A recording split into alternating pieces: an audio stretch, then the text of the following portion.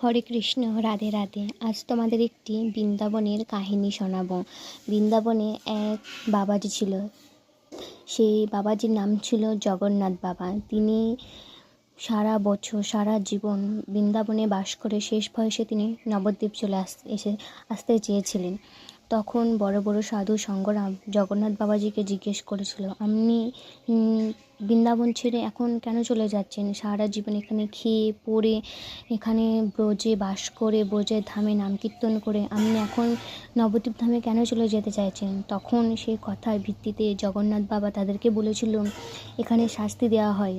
ছোট্ট গোপাল, ছোট্ট কৃষ্ণ যখন একটি কলসি ভেঙেছিল, মা যশোদা তখন বেঁধে রেখেছিল, কিন্তু নবদ্বীপ ধামে মা সচিমাতার ঘরে ছোট্ট নিমাই, ছোট্ট গৌরাঙ্গ সমস্ত ভেঙে চুরে দিয়েছিল, তবুও মা সচিমাতা কিচ্ছু বলেনি।